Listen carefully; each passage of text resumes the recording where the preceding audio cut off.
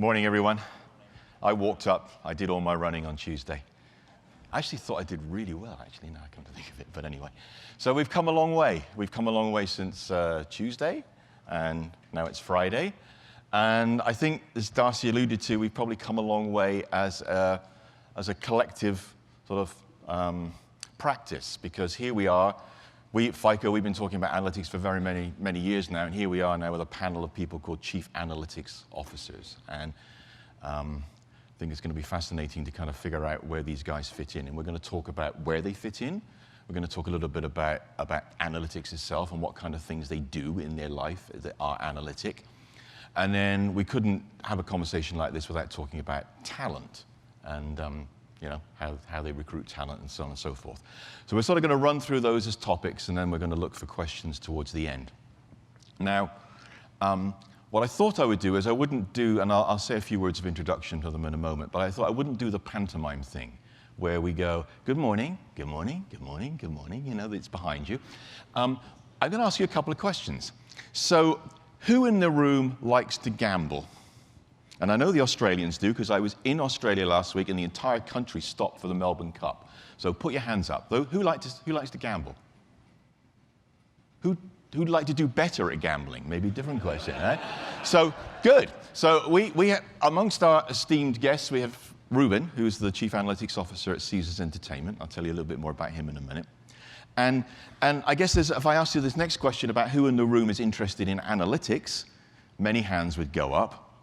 And so here we've got three esteemed people who know an awful lot about analytics, and so now is the time to get your questions ready to ask the questions when we get to that at the end. You've got a little while to think about it, so get ready, because this is a panel session, it's about us, and it's also about you. And this is also a first for me. I've been to a hell of a lot of these FICO World things over the years, but last night was a first for me, because it was the first time that I was in my room, only having had 2 beers on the ultimate evening of FICO World in my entire, however many years it is now, attending FICO Worlds. That's what you get for having to do a session at 9 o'clock on a Friday morning. So, introductions. So, Ruben. Ruben is the SVP and Chief Analytics Officer at Caesars Entertainment, where he's been since 2005. He supports the analytics function across all the operating units of Caesars Entertainment, and as we go through the discussion this morning, he's going to tell us a little bit about what it means by gaming analytics and labor analytics and how analytics helps drive their operation. We know that analytics is really important at Caesars because Ruben flew out late yesterday evening to be with us, whereas prior this week he was at the board meeting for Caesars doing I think you said at least 2 presentations. So it's clearly an important driver of the way they think of their business. Next in line, Alfredo Catoriano, who's the CAO at Ford Motor Credit. He's been there since 2002 as an alumni of AT&T and Lucent. He, like me, is an econometrician by training, and when we were getting together yesterday, we were kicking things back and forth about structural models and instrumental variables and time series analysis and all sorts of stuff like that, so that we had a great little bit of conversation and catching up. His claim to fame, apart from being the CEO at Ford Motor Credit, of course, his claim to fame is that he was at George Mason University at the same time and was a research assistant to James Buchanan. And any of you in the room that are economists will know that James Buchanan won the Nobel Prize. He's now no longer with us, but he won the Nobel Prize in that year for his analysis of public policy. And he created a framework that kind of showed that politicians do lots of things just before they get elected that ends up creating more trouble than solving problems. And you might say, well, that's pretty obvious, but he actually created a theoretical framework within which to do that. And I wondered whether we could apply the same theoretical framework to privacy laws, just in passing. But anyway.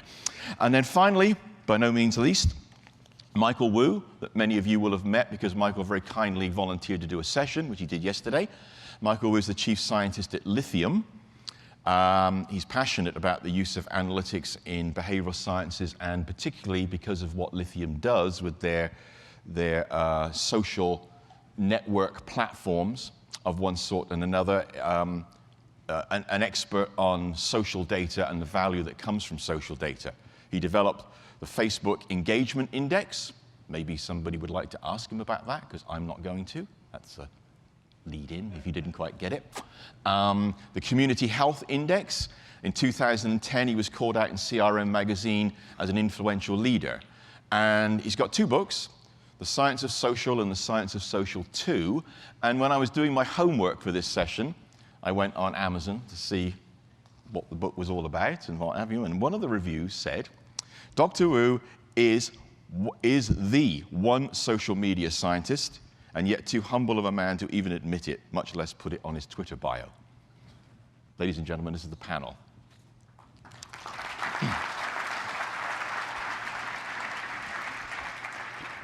Okay, so we said we were going to talk about organization to start with, and I've got a question which is sort of more of a 3-part type of thing.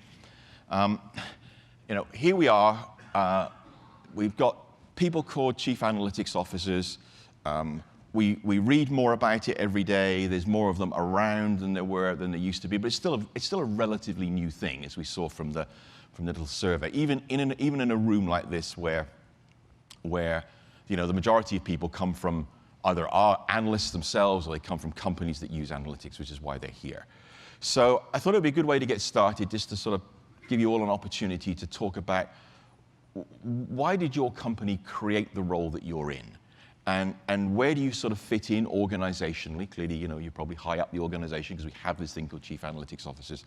And maybe in passing, as you think about that, talk about and help the audience understand how analytics drives your business. Ruben, maybe you could start, and we'll just sort of go down the line to get going here. Sure. Thank you, Dr. Jennings. I appreciate being here.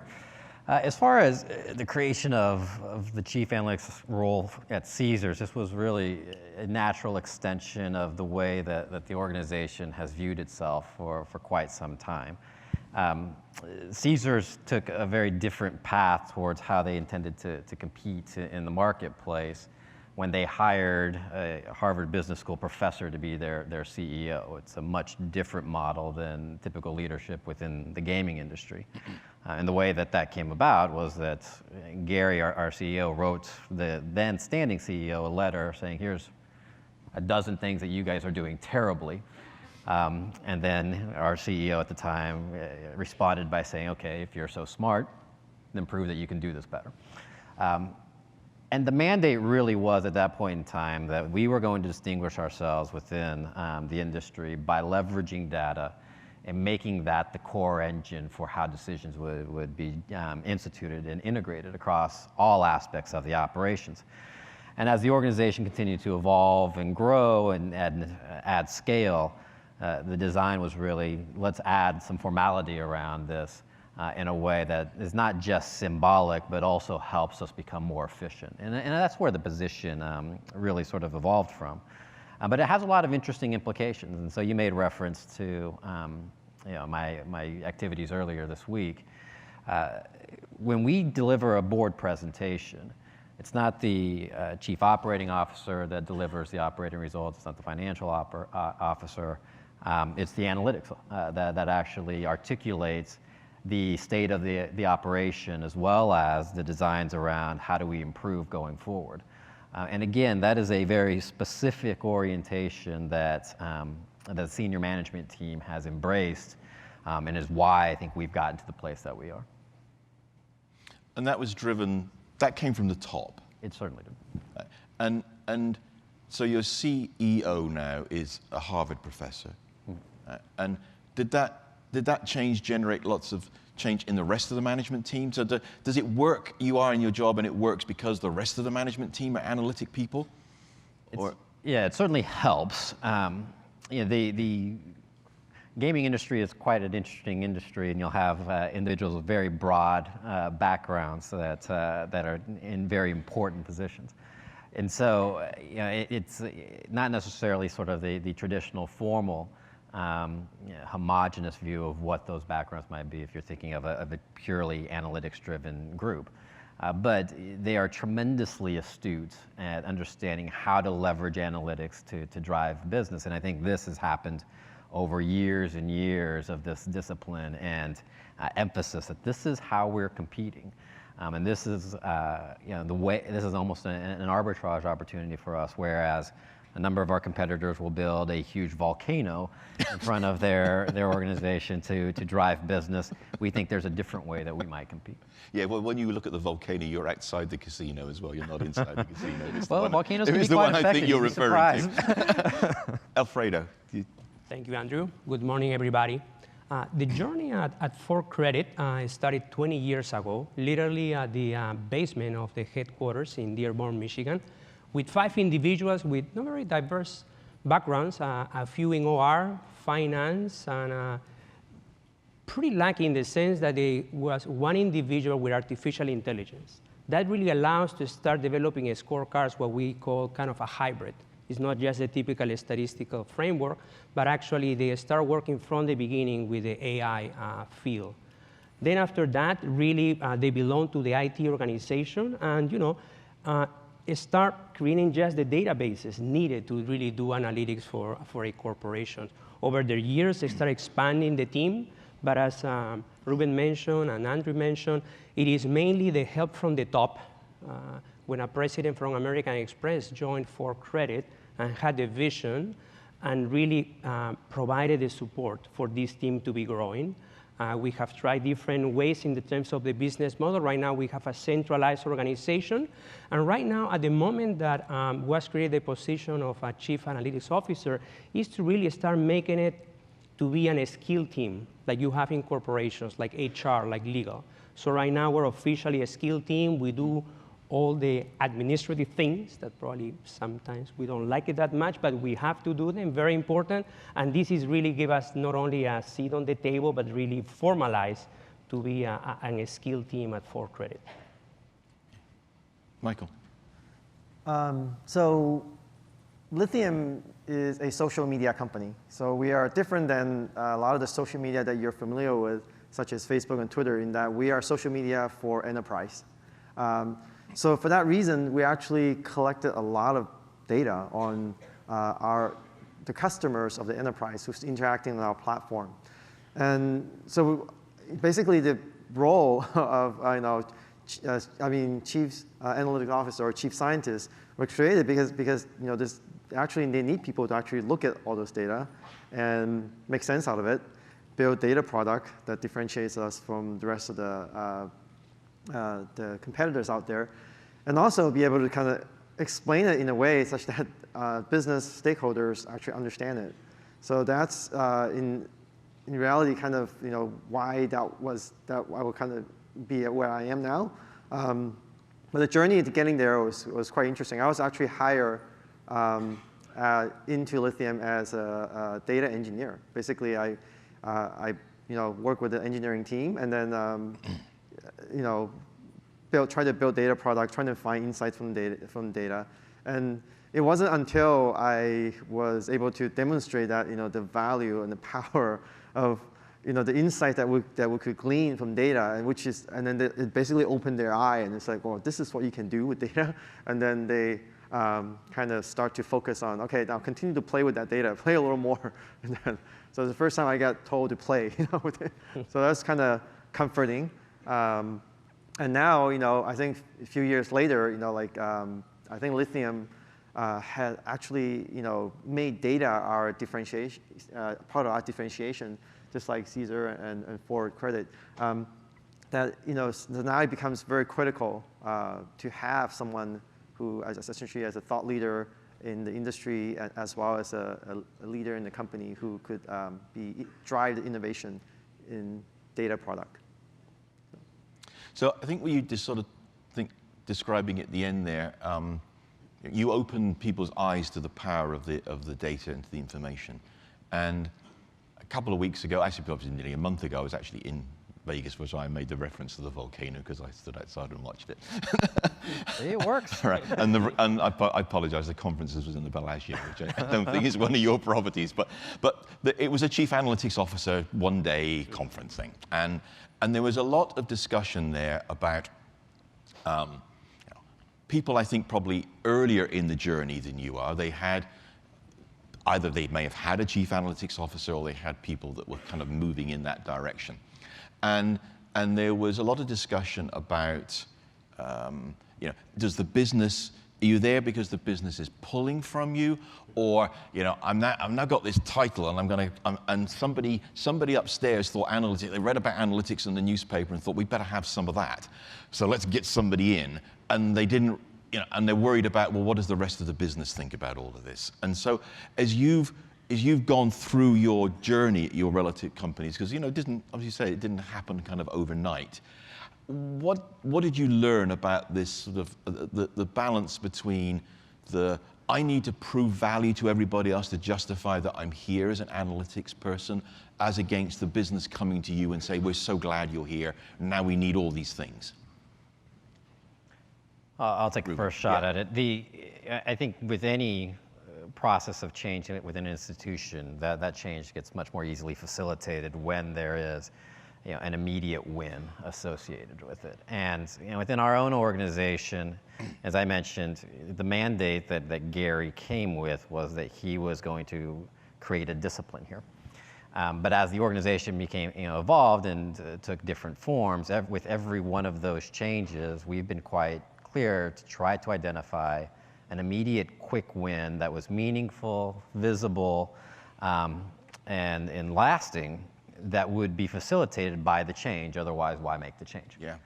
And that was true in the part of creating the current organization that we have as well. Part of what I really enjoy about my job is that there is, the disciplines are quite varied. The areas of the businesses that we touch are quite broad, but there's also a lot of overlap.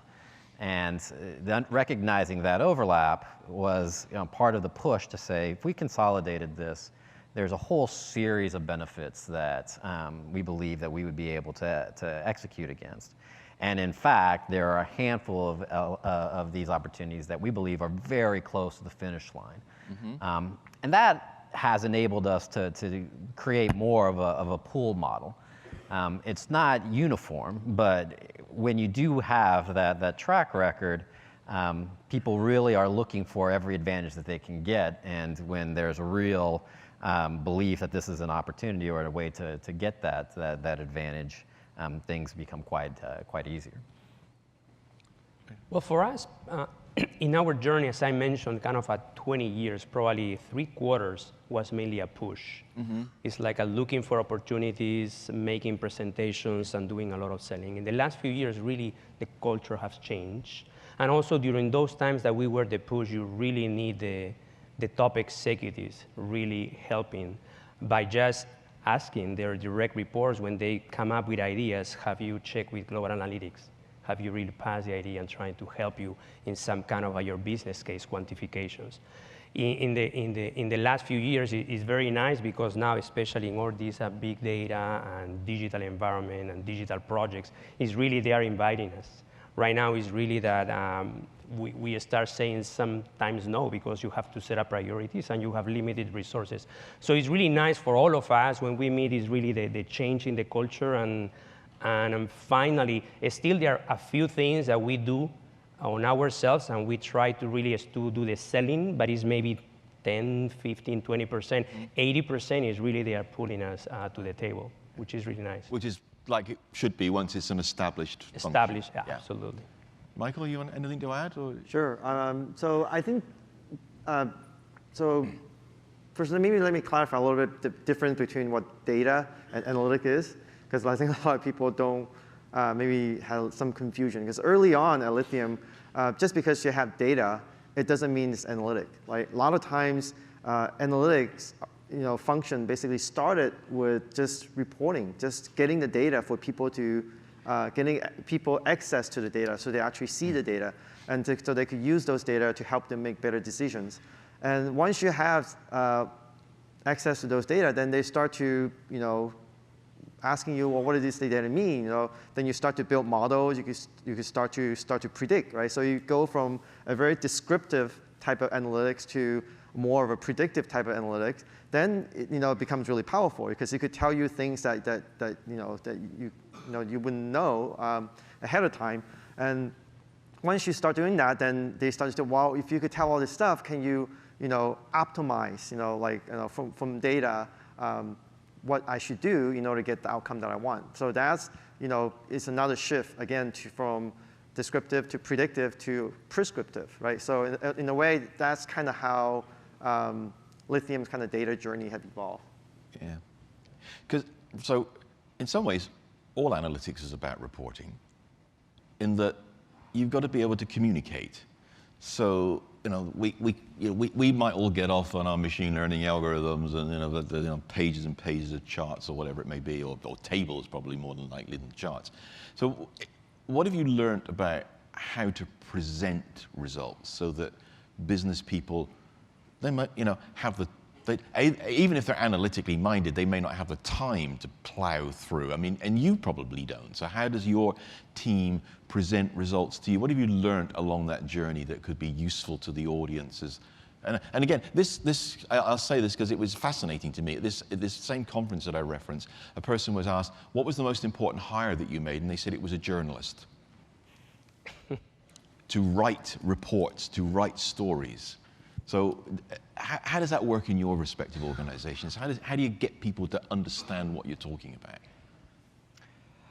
Yeah, so Dr. Wu and I actually were talking about this a bit before the presentation started, and I thought he was quite insightful in describing what the nature of his role is. And part of what he described, and I think it's very true for myself as well, is that this position is intended to create the narrative translation of the work that we do so that it gets an easy integration into the operations.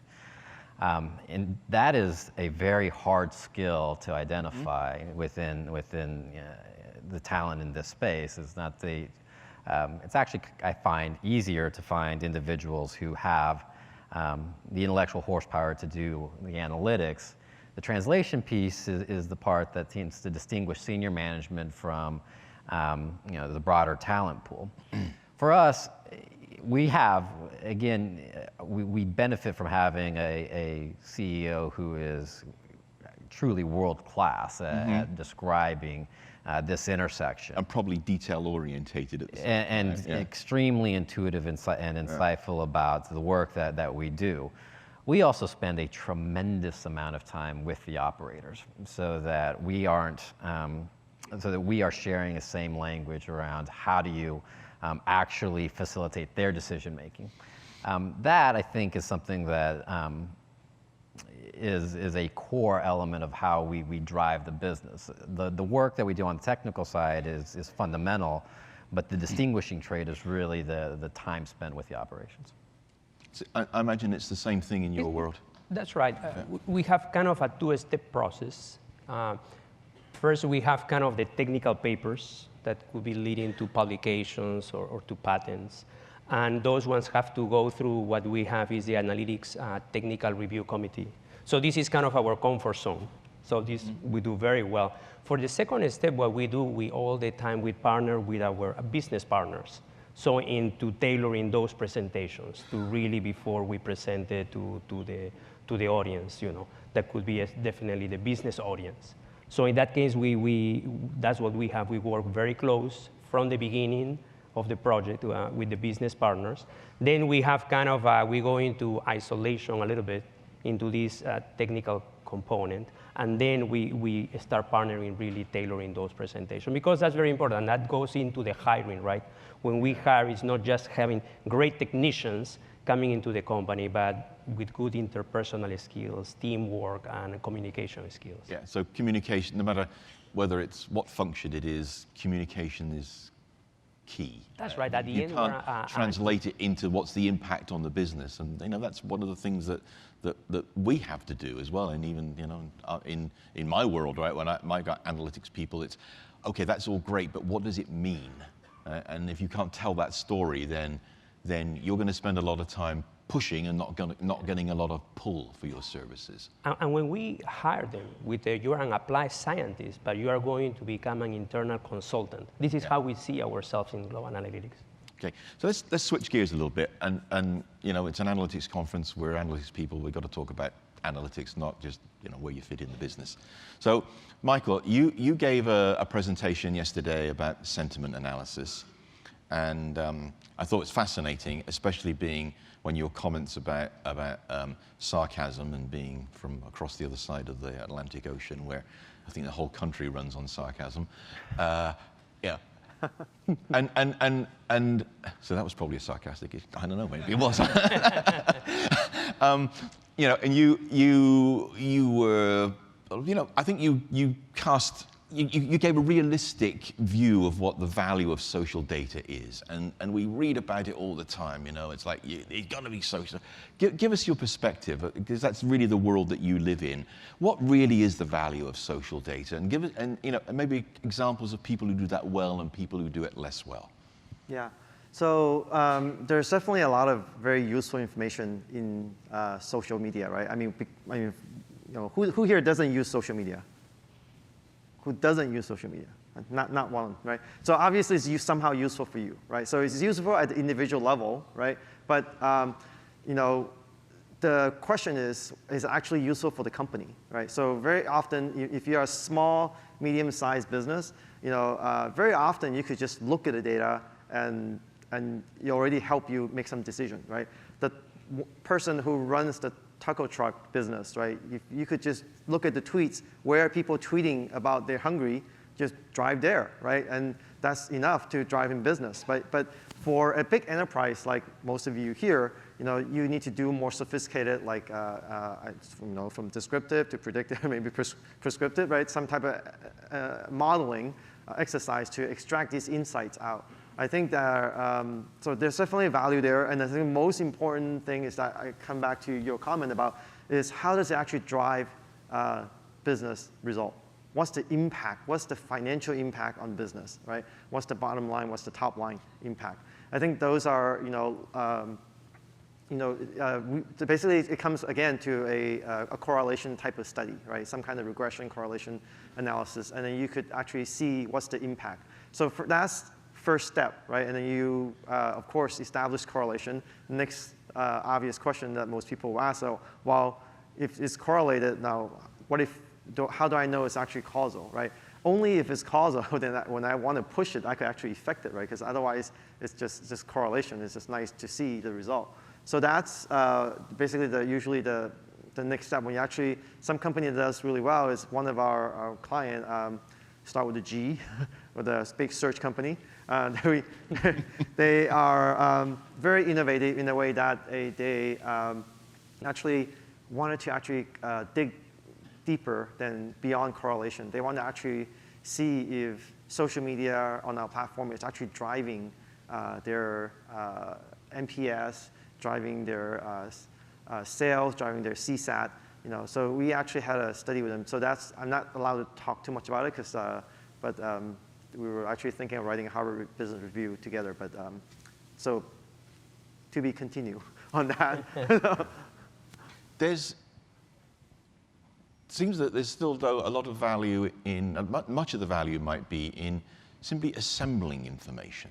I mean, the example, the taco truck, right? That's not, you know, it's purely analytic people. We probably wouldn't call that analytics, but knowing where people are.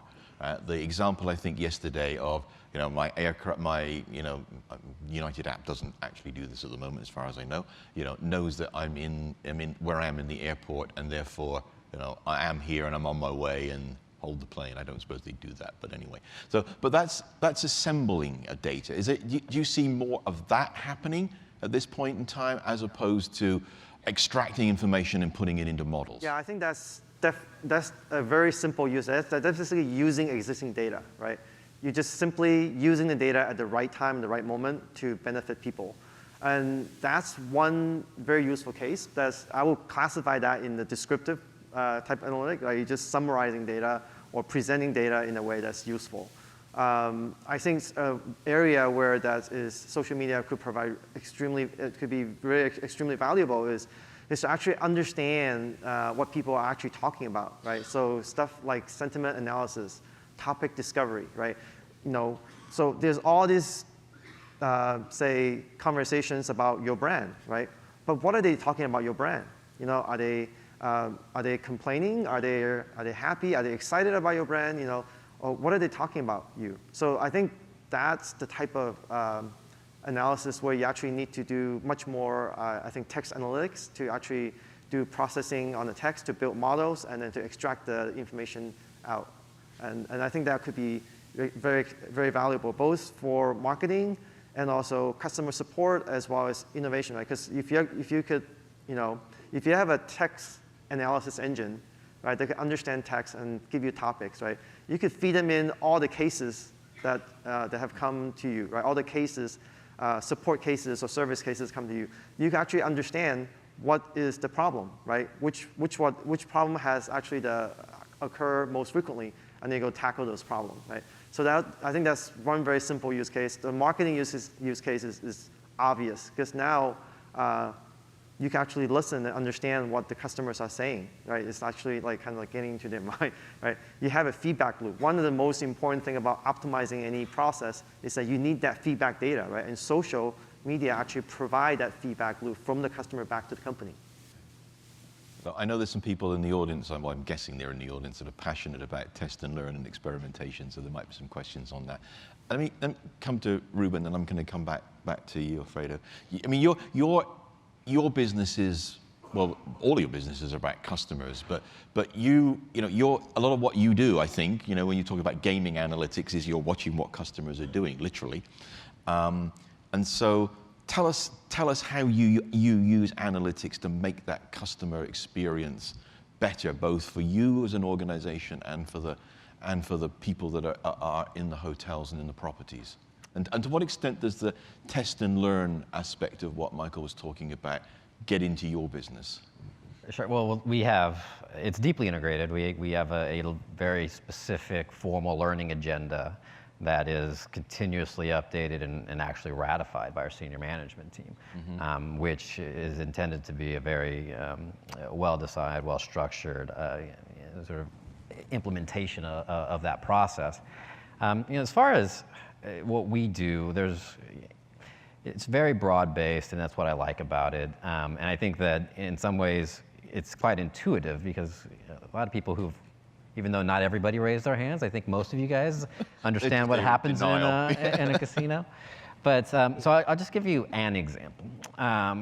So a number of you have probably went through a table games floor, know what blackjack is, and you may have seen within the casino there's a whole bunch of staff and there's surveillance everywhere. The things that drive the economics of a gaming floor are very specific. So the number of players on a given game, the advantage of the game, the skill of the player, the speed of the dealer, the average bet, and so forth.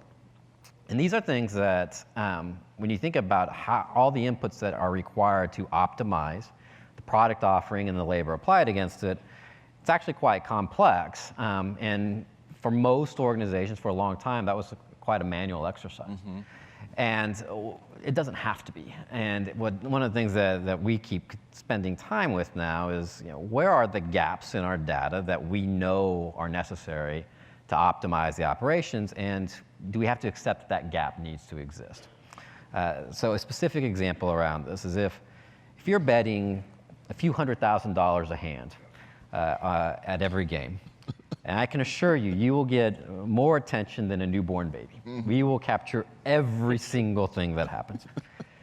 But if you're betting a couple $100s a hand, we'll capture things based on sample. That is sort of the industry standard. The individuals will go around and monitor, take a sample, move on. That sample will create a wide range of variability in the accuracy of what we're actually observing. And so most recently, we've been able to identify that we don't have to accept that variability. We can begin to leverage surveillance information and translate that in a way that is quite structured, and now gives us the same level of precision that we should expect if we were literally sitting over your shoulder and watching everything that occurs. And there's all kinds of interesting hypotheses that then generate from this. We know that your service experience matters in terms of the way that you behave. Our customers we call them promiscuous, and we mean this in a very specific way. But they tend to walk around and visit a lot of our competitors. And part of that promiscuity is driven by the way we treat you. Not surprising. That's a broad-based learning. But we can actually start to, getting back to this notion of sentiment analysis, we can start to think about, well, can we capture some of these things in real time? Yeah, social media is wonderful, but even just monitoring the facial expressions and how people are engaging with our staff and in turn how they're engaging is interesting. And we're getting to the points where we think we can have some very definitive views on training, on operations, and how we evaluate staff, and that will translate directly into financial outcomes. So it's a lot of what I find exciting about my space now is really going back to fundamentals, knowing here's what matters about the business. Right. Yeah. Here's what we always assumed we just wouldn't know, or you couldn't know perfectly, that actually maybe you can know quite, if not perfectly, in a more comprehensive way, or a much more informed way. Right. So it gets back to this, the analytics is grounded in the fundamental profitability drivers of the organization. This is not the University of Caesars Entertainment. Right? This is these things, the number of games in an hour, or how many people are at the table, or whatever, fundamentally drive the profitability. And so those are the things that we apply the analytic method to. We refer to that as first principles, and we begin every conversation with what's first principles. Yeah. And from there, identify, well, can we optimize or find benefits on the margin based on these approaches? Right. Now, I know in Ford, right, so in the motor business, residual values drive a lot of the profitability. So I think when we were chatting earlier, we were sort of talking about how innovation and this sort of, how you divide resources up between the things you have to do every day and trying new things, and you were talking about the residual value problem. Maybe you could say a little bit more about that as an example of how analytics is deep in your organization. Absolutely. Analytically, econometrically is the most challenging forecast that we have to do, is to forecast the value of the car 3-4 years into the future. And based on that, we set it up prices. And then if we know that we're going to be wrong, but you try to really minimize that so that we can all make money. But then back to the question with respect to the customers, in our organization, we see that we have external customers, which is actually developing the analytics to provide the best service in terms of the originations with a pricing optimization engine, in the servicing, what is the best way to reach these customers, what is the optimal timing to reach these customers, and our internal customers, from developing optimization engines to run the most effectively, efficiently our operations, to the treasury, building counterparty risk models to minimize the risk that we have with all the banks that we deal around the world on a daily basis. So in that sense, we have those kind of external and internal customers. Right. I think you were saying that, though, in that particular example, you'd experimented with new techniques, just like big data is all the rage, machine learning is all the rage, and you tried some of those techniques, and what did you find? That's right. What we were talking is about that the way that we see innovation is we try to look at it in baby steps. It's not trying to develop the new relativity theory. That would be really nice, the unified theory in terms of physics. But it is really to come up to improve those models. And in that one, it's actually back to our comfort zone, to our playground. We keep reviewing the literature, and we look for challengers in the econometric, mathematics, and in all these spaces. And then whenever really pays off, and sometimes just finding out that doesn't pay off, it is just a good information that what you're using is the best that you could be using for the business. Okay, so I've got one eye on the clock here, and the time's running away from us, so I'm going to try and make something work. There we go. Does that come up there? Yeah. So the last topic we were going to touch on, I think we can't talk about analytics without talking about talent. And I thought this was a bit of fun, so we put this up here. So earlier in the year, Darcy and the marketing team created this little infographic about what makes a good data scientist, and we've got it in Chinese and Spanish and English, right? And it's a lot of things, and you can't see quite all of the picture because it's a big one. But if you're interested in this, I'm sure we can get you a copy of it if you'd like one to stick on your office wall. So, but in all seriousness, so the talent question. So let's just go down the line. Let's start with Ruben. Where do you find talent? What are you looking for? And I know that's a broad question because you're looking for more than one thing, but sort of just talk about how you think about molding a team and the types of questions and skills that you look for. Well, when you first started the conversation, you asked about, sort of why have the position. Part of what we believed, and I think has bared itself out, is that by creating the right structure, you will increase the value proposition to potential employees, and that in turn will allow you to get a consistently high caliber of individual. And so the structure actually is important for us in terms of enabling being able to get talent. Now, in terms of what we're specifically looking for, I think we're all sort of looking for a certain benchmark as it relates to technical skills. We tend to find the distinguishing factors around things like individuals who have a persistent curiosity about the business, individuals who recognize this is not an academic exercise, and that they are relentless about that intersection. That can be a very challenging thing to screen for, but it's not that difficult. People that really like what we do and have a certain technical capability do come to tremendously well. Yeah. And it's as a very specific aside, we tend to do really well with poker players for some reason.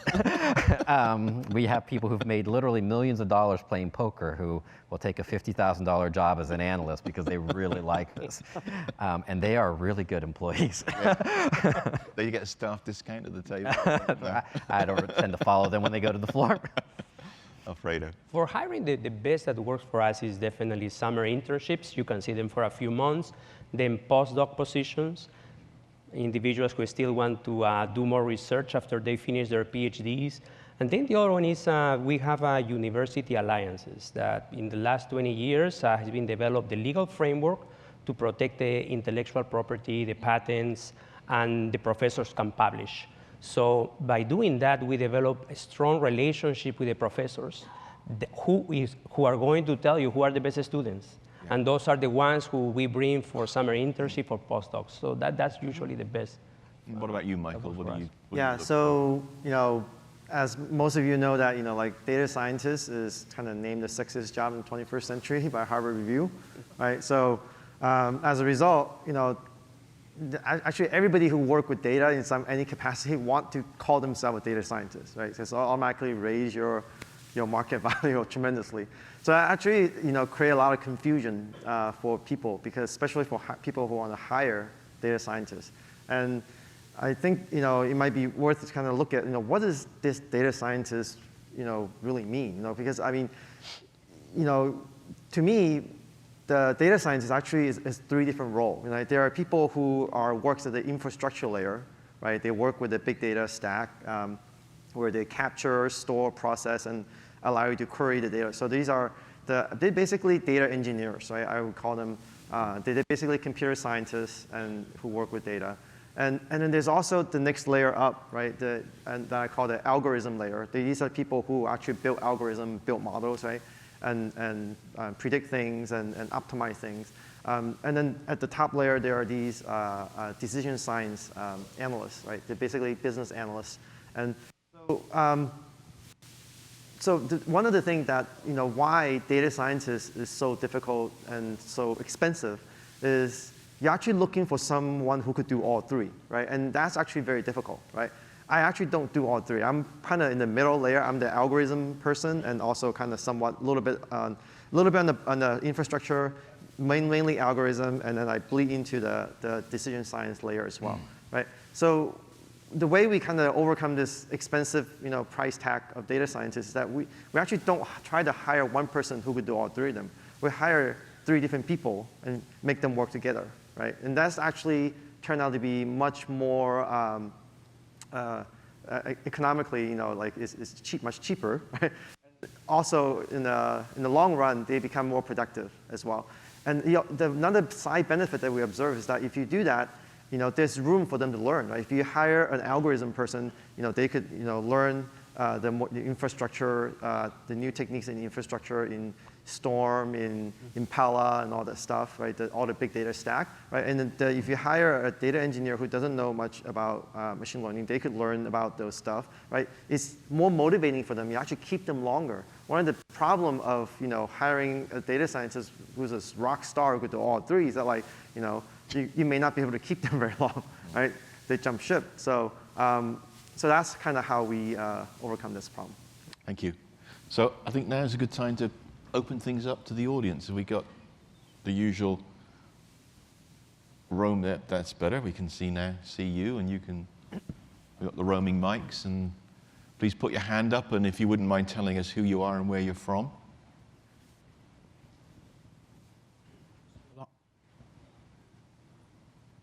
Just on the last point, if I look at HSBC, they've got chief data officers around global banking and markets, chief data officer for risk, for finance. Are we not breaking all these silos and up? Is that an observation, or are we breaking all the? Are they like? So what? Steve, it was Steve, wasn't it? The question is. Yeah, chief data officer. Well, I don't know. You have. I think maybe you're closer to that. Are you in an organization your size? We're just chatting about that. Chief analytics officer start coming up in corporation, and then I was invited to a chief data officer summit. The way that I see it is a little bit more in the IT space, even though you also have the CIO, the chief information officer. So I see a lot of maybe intersection between the CDO and the CIO. I think the chief analytics officer, what we want to see is more applied scientists that we are building models. This is how we see ourselves. We used to have at the beginning, like Dr. Wu mentioned, is at the beginning we do a lot of reporting, be involved a lot with the data, the databases. But now we have different organizations really does reporting, and we are more like sometimes in conference they refer to as a medium advanced analytics, and this is what we do. But you're right, I don't know exactly if the CDO is a part of the CIO, that could be, because it's one of the functions of IT in our corporation. Certainly my casual empiricism is that chief data officers tend to live in IT and analytics officers ought to live in the business. Yeah, because of all the things we've been talking about. Michael? Yeah, maybe just one more comment on that is, so if you look at that three layer again, right, the infrastructure layer, algorithm, and decision science, right, the infrastructure usually are closer to the IT, operation. And the algorithm is actually closer to what we do, right? We build models, and then the top layer, they're closer to the business, right? So. There's one more down here. Yep. Yes. Hi. This question is for Ruben. You said in order to gain credibility, you had to generate a quick, visible, lasting win. Could you give an example of one of those? Sure. So, I think this is actually quite a useful approach if you're going to take on any sort of material change. For us, when we were going through the process of centralizing the analytics function, there were a handful of projects that frankly were just resource constrained. And what we were also finding that these projects would benefit a bit more from a broader discipline base. People with skills that were specific to different functions that we had. And it was actually pretty obvious when you laid out, here's how you would solve a certain problem, here's the commercial application. And then in doing so, we presented to the CEO, said, once we centralize, I've already got people who I think can work this out quite quickly. And here's how you would, here's the path to integration. And so even before announcing that we were going through this path, we'd mobilized a bit, so we cheated. But that was by design, because we knew that would give the organization some confidence. I'm being a little bit vague for proprietary reasons, but a lot of this was around pricing and customer valuation. And it's something that we could also demonstrate obvious bottom line wins against. And what was also true is that you could extend that to regions of the company that really wasn't playing in this space. And so you could generate a broader dialogue. This was very, very methodical and done with design, knowing that this type of integration takes a long time and it's a lot of change. So for us, without that, it would have been, I think, very difficult to have the runway to do all of the work to formalize the organization that we have now. One more over here. Thank you. George Vanacek, Product Development here in FICO. I think this is a question for Michael. So a lot of the discussion that we've had here is about collecting a lot of data, and storing it in HDFS or some, large warehouse, and then being able to process that data to, run analytics on it to do decisioning. But as we saw yesterday, it's kind of like looking in a rearview mirror, and it's very historical in nature. What we're seeing now is that, we're moving towards a world where, especially in Ford, we have hundreds of sensors all around. We've got billions of devices. We talked about mobile yesterday with Ms. Lopez and so forth. What I'm asking is, the question is, there is more and more data that's going to be data in motion as opposed to data at rest that has to be analyzed. And much of this data we're not going to be able to store. We're going to have to look at the data as it's coming through, make some decisions about it in near real time, and then not have the ability to retrieve the data from store to analyze. So my question to you is, how do you see us moving forward from sort of the data at rest and big data to data in motion, and how to analyze it? Well, I mean, there are platforms that, open source platforms even, to allow you to analyze these streaming data, right? So Storm and, particularly, and you could certainly use those. And I think how much data you want to store is actually up to you. I mean, you don't have to store everything, right? Sometimes you could derive some insights out of those data and then store the insights that you gather and then discard the data that you don't need anymore. And so that's a business decision rather than, I would say, more of an analytics or data decision. Andrew, I would like just to add to the prior question. In our experience, really, if you're in the early stage of analytics, maybe look into your operations. Those are the big impact that you can have in the company, long-lasting. For us, was in terms of an optimal staffing models, telling them exactly in the business center how many people they should have. And the other one, they're just, the titles speak by themselves. Optimal assignment timing is when to start contacting a customer when it's delinquent, and then you can even go into the channels. Well, this customer, maybe an email, maybe a letter. So just in those ones, in your operations, you can make significant difference, create big savings, build a reputation, build a credibility that then will take you into other fields. Have we got time for one more, or if there is one more? There's one here. One last one then. Hi, Peter Danforth from Loblaw Companies Limited. You all touched on the importance of bringing a narrative to your executives and making sure that it's actionable. Excuse me. And you also talked briefly about correlation versus a causal relationship. Can you guys talk briefly about what sort of controls you have in place on your team to make sure that people aren't pushing narratives that might not be causal and will therefore not result in much impact? How do you control the sort of conflict between those two things? So, Go the way we do it is, well, the simplest way to prove causality is experimentation, right? I mean, if you can do experiment, that's the easiest way to do it. And if you cannot, then you have to use some more econometric methods, such as instrumental variable, grandeur, causality type of analysis, and to prove the causality. So, but do you have any sort of checks and balances, perhaps? Well, I think we do. I believe I mentioned it. For us, we have the Analytics Technical Review Committee. So in that one really has to first pass the technical before we really putting into the narrative, into the PowerPoint presentation, if you want to call it, before we go to the executives. Ruben, anything to add? No, I think that Dr. Wu and Alfredo hit it well. We actually are quite fanatical about this notion of experimentation. Gary has got a saying that we quote often. It says there's three ways to get fired at Caesars. You can steal, you can sexually harass, or you can run a test without a control group. And so, so we are constantly tinkering against these design hypotheses and then in changing our conclusions based on the results.